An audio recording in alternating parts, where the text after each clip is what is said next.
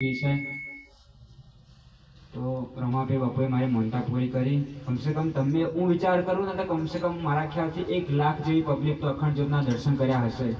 1 લાખ જ્યોત આ હિંમતનગરમાં તમે આગળ જોયું. હમણાં આ પેલા કયું ગામડું છે આગળ? હા, પોજરા. તમે કેવું સ્વાગત કર્યું. આગળ પણ આ પેલું કઈ ગામ આવે છે વડગામ, ત્યાં પણ બધા ભાઈઓ તૈયાર છે. પાલનપુર, ડીસા, હિંમતનગરમાં, અરવલ્લીમાં, અમારા મહીસાગરમાં બહુ રામાપીરના દીવાના છે, બહુ અલગ પ્રેમી છે. તો બાપુ જોડે મોનતા માંગેલી, મોનતા પૂરી થઈ ગઈ. એ બદલ હું આજે તમારે 11 દિવસ થયા છે.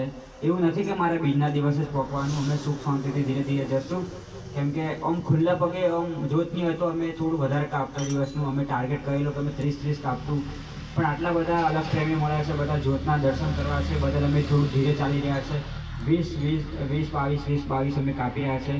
કાલનો અમારો બપોરનો જે મુકામ છે, બપોરનો જે ખાવા પીવાનું છે અમારું અહીં વડગામમાં થશે, અને જે કાલની નાઇટ છે અમારી પાલનપુર થશે. પછી અમે ત્યાંથી ડીસા થઈને સાચોર થઈને પછી મારવાડમાં જશું, રાજસ્થાનમાં.